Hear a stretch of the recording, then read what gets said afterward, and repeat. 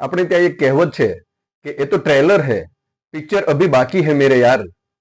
તો મારે વાત કરવી છે એવી એક પિક્ચરની કે જેનું હજુ અત્યારે હાલમાં થોડા સમયમાં એક ટ્રેલર રજૂ થયું છે અને એનું ટ્રેલર રજૂ થતા જ ઘણો બધો ઉહાપો થયો છે, ઘણો બધો વિવાદ ઉભો થયો છે, ઘણી બધી કોન્ટ્રોવર્સીમાં એ પિક્ચર છે એ ફસાય છે અને સેન્સર બોર્ડે એને કેટલાક દ્રશ્યો હટાવવા માટે થઈને પાછી ધકેલી આપી છે. તો આવી પિક્ચર છે એ એક સામાજિક વાસ્તવ ઉપર, એટલે કે જે વાસ્તવિકતા છે, જે ભૂતકાળમાં બની ગયેલી છે એના ઉપર બની છે અને એ રિલીઝ થવા જઈ રહી હતી. તો એવી ફિલ્મ કે જે સમાજને કંઈક નવો સંદેશ આપશે, એમાંથી કંઈક પ્રેરણા અને પ્રોત્સાહન મળે એ પ્રકારની ફિલ્મ છે. અને એ ફિલ્મ અત્યારે હાલ આવા કોન્ટ્રોવર્સીમાં ફસાય હોવાને કારણે થઈને એ થોડા સમય માટે થઈને રિલીઝ થવા માટે થઈને પાછી ઠેલવામાં આવી છે. આમ તો આ ફિલ્મ છે 11 એપ્રિલના રોજ રજૂ થવાની હતી, જે દિવસે મહાત્મા જ્યોતિરાવ ફૂલેનો જન્મદિવસ છે. તો આ જન્મદિવસે એમની આ ફિલ્મ એ રિલીઝ થવાની હતી, પરંતુ આ કોન્ટ્રોવર્સીના કારણે થઈને એને બંધ રાખવામાં આવી છે. કેટલાક દ્રશ્યો હટાવી દેવા માટે થઈને સેન્સર બોર્ડે પાછી મોકલી છે. હવે એ 25 એપ્રિલના રોજ રજૂ થવાની છે એવી સંભાવના થઈ રહી છે, બતાવાઈ રહી છે કે 25 એપ્રિલથી એ રજૂ થશે સિનેમાઘરોમાં. પણ એ સમયે એ કયા પ્રકારે રજૂ થશે, એમાંથી કેટલા દ્રશ્યો કાઢી નાખવામાં આવ્યા હશે, ખરેખર રિયાલિટી શું હતી, એમાં વાસ્તવિકતા શું હતી અને એ વાસ્તવિકતાને કઈ રીતે એમાંથી એ સીનો છે દૂર કરવામાં આવ્યા છે, તો એ તો પિક્ચર આવે ત્યારે ખબર પડે. પણ અત્યારે હાલ એનું એક ટ્રેલર રજૂ થયું છે અને એ ટ્રેલરમાં કેટલાક દ્રશ્યો બતાવવામાં આવ્યા છે. એ દ્રશ્યોને લઈને આ પ્રકારનો વિવાદ થઈ રહ્યો છે. આ ફિલ્મ છે એ મહાન સમાજ સુધારક એવા મહાત્મા જ્યોતિરાવ ફૂલે અને એમના પત્ની સાવિત્રીબાઈ ફૂલે એના જીવન ઉપર આધારિત, અને એમને જીવનમાં જે કંઈ કષ્ટો સહન કર્યા છે, જે કંઈ સામાજિક કાર્યો કર્યા છે, જે સમાજમાં ચાલતા કેટલાક અનિષ્ટો, કેટલાક દૂષણો, કેટલાક એ પ્રકારના કુરિવાજો એને બંધ કરવા માટે થઈને જે કદમો ઉઠાવ્યા છે, જે સાહસ કર્યું છે, એનું એની અંદર આલેખન છે અને એ દેખાડવા માટે થઈને આ ફિલ્મ જઈ રહી હતી. તો એમાં કેટલાક દ્રશ્યો એવા સામાજિક વાસ્તવના મૂક્યા છે જે ખરેખર રિયાલિટી દર્શાવે છે, વાસ્તવિકતા દર્શાવે છે.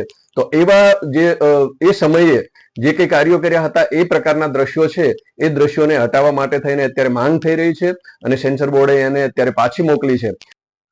આ જ્યોતિરાવ ફૂલે અને સાવિત્રીબાઈ ફૂલે આ દંપતીના જીવન પર આધારિત આ ફિલ્મ બની છે ફૂલે. આ ફૂલે ફિલ્મ છે એનું દિગ્દર્શન એટલે કે નિર્માતા તરીકે છે એ અનંત નારાયણ મહાદેવન છે અને એના પટકથાના લેખક છે એ દારબ ફારૂકી છે.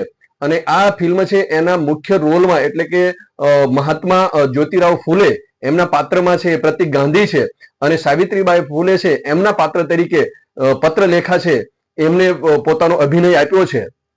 આ પહેલા પણ આપણે ત્યાં ઘણી બધી ફિલ્મો છે એ રિલીઝ થઈ છે, ઐતિહાસિક ફિલ્મો છે, પૌરાણિક ફિલ્મો છે, આ પ્રકારની સામાજિક ફિલ્મો છે.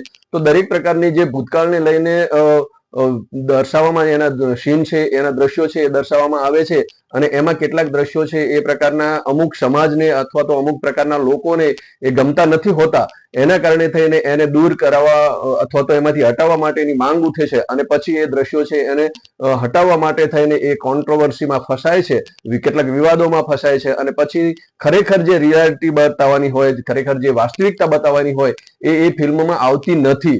અને જેના કારણે થઈને એ ફિલ્મ છે એનો ચામ છે એ મરી જાય છે, એનું જે ઉદ્દેશ હોય છે, એનો જે હાર્દ હોય છે, એનો જે હેતુ હોય છે એ હેતુ સિદ્ધ થતો નથી.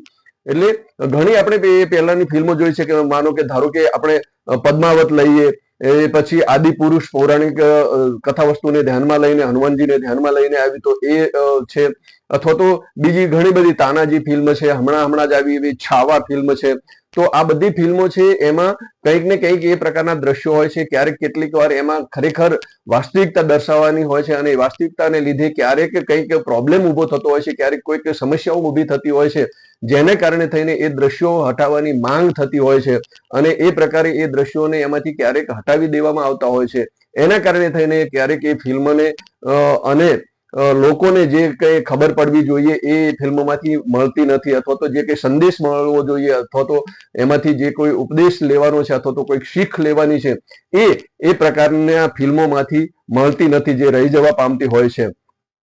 આપણે ત્યાં મોટા ભાગે દરેક ફિલ્મો છે એ ફિલ્મોની અંદર બે પ્રકારના દ્રશ્યો એ દર્શાવવામાં આવતા હોય છે. એક તો કાલ્પનિક દ્રશ્યો અને બીજા છે એ વાસ્તવિક દ્રશ્યો.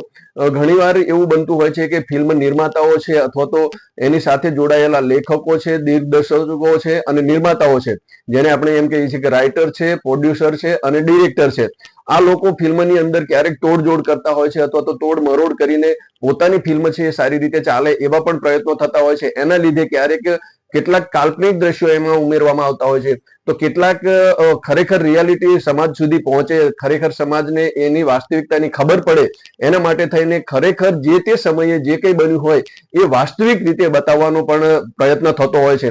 અને જ્યારે આવી વાસ્તવિકતા બતાવવાનો પ્રયત્ન થતો હોય છે ત્યારે કેટલાક આવા ઉહાપો અથવા તો વિવાદો અથવા તો કોન્ટ્રોવર્સી સર્જાતી હોય છે અને જે ફિલ્મો છે એને એ પ્રકારના વિવાદમાં ઘેરી લેતી હોય છે. તો ખરેખર જો એ કોઈ પણ ફિલ્મ હોય તો એ વાસ્તવિકતા ઉપર રચાઈ હોય અથવા તો એની જે રિયાલિટી છે એ દર્શાવતી હોય તો ખરેખર એવી ફિલ્મ છે એ રજૂ થવી જોઈએ, લોકો સુધી પહોંચવી જોઈએ. એમાં એનો સંદેશ શું છે, એમાંથી એની શીખ શું છે, એમાંથી લોકોને શું પ્રેરણા મળી શકે એમ છે, કયા પ્રકારનું પ્રોત્સાહન મળી શકે છે, એ ખૂબ મહત્વનું હોય છે. એટલે આવા પ્રકારની ફિલ્મો છે એ જે વાસ્તવિકતાનું નિરૂપણ કરતી હોય, એની રિયાલિટી છે એ દર્શાવતી હોય તો આ પ્રકારની ફિલ્મો ખરેખર રજૂ થવી જોઈએ. એમાં કોઈ ઉહાપો ન થવો જોઈએ. એમાં કોઈ પણ વર્ગ આવતો હોય, કોઈ પણ જાતિ આવતી હોય તો એ જાતિએ પોતે પોતાના ઉપર લઈ લેવાનું હોતું નથી. જે તે સમયે જે તે સમય અને સંજોગો અને પરિસ્થિતિને પ્રમાણે એ સમયે એવું કંઈક બન્યું હોય છે એ રિયાલિટી છે એ અત્યારે આ ફિલ્મોની અંદર દર્શાવતા હોય છે. તો એ પ્રકારની ફિલ્મ છે એ આ ફૂલે, મહાત્મા જ્યોતિરાવ ફૂલે અને સાવિત્રીબાઈ ફૂલે એમના બંનેના જીવન ઉપર આધારિત છે. એમના જીવનની અંદર જે કઈ ઘટનાઓ ઘટી છે, જે કઈ પ્રસંગો બન્યા છે, જે કોઈ પરિસ્થિતિ ઊભી થઈ છે એની અંદર આલેખન કરવામાં આવ્યું છે, એની અંદર નિરૂપણ કરવામાં આવ્યું છે, એને દ્રશ્યાંકન કરવામાં આવ્યું છે. તો એ પ્રકારની આ ફિલ્મ છે અને આ ફિલ્મ છે એ જે તે પ્રકારે જો વાસ્તવિકતા અથવા તો એની રિયાલિટીને દર્શાવતી હોય તો ચોક્કસપણે એમ કહીશ કે ચોક્કસ અને ચોક્કસપણે એ જ પ્રકારના દ્રશ્યો સાથે રિલીઝ થવી જોઈએ. મહાત્મા જ્યોતિરાવ ફૂલે અને સાવિત્રીબાઈ ફૂલેએ જીવનમાં અનેક કામો કર્યા છે, અનેક સામાજિક કાર્યો એ સારા કાર્યો કર્યા છે અને એના કારણે થઈને એમને ઘણું બધું વેઠવાનું આવ્યું છે.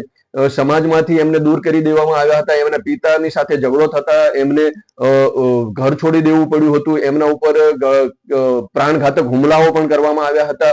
કેટલાક લોકોએ એમના ઉપર ઘણા આરોપો પણ લગાવ્યા હતા, જેના કારણે થઈને એમને ઘણું બધું સહન કર્યું છે. તેમ છતાંય એમને પોતાનો જે રાહ છે, સત્યનો રાહ છે, જે સામાજિક વાસ્તવનો રાહ છે એને છોડ્યો નથી, એને અપનાવ્યો છે. હંમેશા એ દલિત, શોષિત, પીડિત અને નિમ્ન વર્ગના લોકો છે એનો ઉત્થાન થાય, એનો વિકાસ થાય અને એ લોકો આગળ આવે એવા પ્રયત્નો કર્યા છે.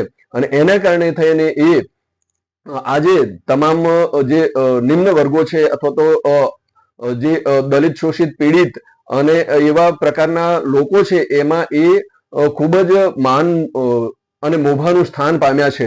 મહાત્મા જ્યોતિરાવ ફૂલેએ અનેક પ્રકારના કામો કર્યા છે, જેમાં સમાજમાં સત્ય, ન્યાય, સમાનતા, સ્વતંત્રતા અને માણસાઈ અને ભાવચારો જળવાઈ રહે એ માટે થઈને અનેક ક્રાંતિકારી પગલાઓ એમને ભર્યા છે. એટલું જ નહીં, રૂઢિવાદી સમાજનો તિરસ્કાર પણ એમને સહન કર્યો છે. ઘણું બધું એમને સહન કર્યું છે, એમના ઉપર હુમલાઓ થયા છે, તેમ છતાં તેઓ ઝૂક્યા નથી.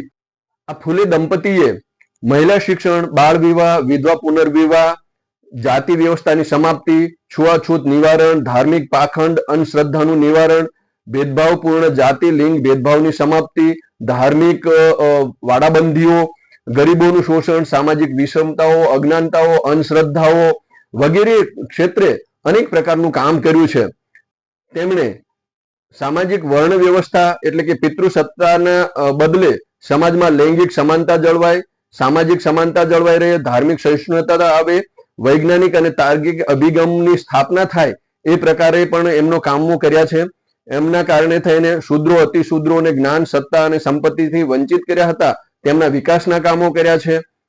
તેમને લખેલા પુસ્તકો ગુલામગીરી, કિસાનો કા કોડા, તૃતીય રત્ન, ઈશારા વગેરે પુસ્તકો વિશે આપણે પછીથી વાત કરીશું. અત્યારે હાલ આ ફિલ્મ રિલીઝ થવા જઈ રહી છે એના વિશે આટલી વાત કરીએ છીએ. પછીથી આ દરેક પુસ્તક છે, એક એક પુસ્તક લઈને એમાં શું આલેખન થયું છે, કઈ રીતનું નિરૂપણ થયું છે, એમાં શું દર્શાવવામાં આવ્યું છે એની વાત વિગતે ફરીથી કરીશું. ત્યાં સુધી જોઈએ આ ફિલ્મમાં શું થાય છે એના વિશે.